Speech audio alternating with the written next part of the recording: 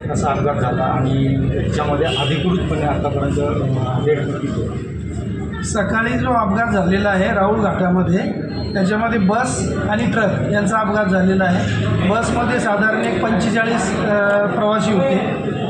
जखमी जे आहेत, टोटल जखमी चांदवडच्या दवाखान्यामध्ये, सरकारी दवाखान्यामध्ये आणलेले आहेत। त्याच्यामध्ये 9 लोक जे आहेत ते सिरियस आहेत। 4 लोकांची डेथ झालेली आहे। त्याच्यामध्ये 3 पुरुष आणि 1 महिला असे 4 लोक मयत झालेले आहेत आणि बाकीचे काही लोक खाजगी हॉस्पिटलमध्ये उपचार घेत आहेत। परिस्थिती नियंत्रणात आहे। हॉस्पिटलमध्ये डेप्युटी कलेक्टर साहेब, तहसीलदार साहेब आणि मी सर्व लोक परिस्थितीवर नियंत्रण ठेवून आहोत। सर्वजण हा अपघात बसचा टायर फुटल्यामुळे झाला असं बोललं जाते, हे खरं आहे? ते सगळं आता तपासाचा भाग आहे। ते तपासाअंती होईल। आमची प्रायोरिटी जी आहे ती जखमींना उपचार करणे।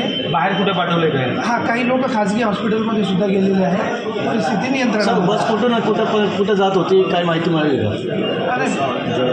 ती बस जी आहे ती वसई ते जळगाव अशी प्राथमिक माहिती काहीतरी मिळालेली आहे, पण ते डिटेलमध्ये तपासामध्ये कळवू तुम्हाला।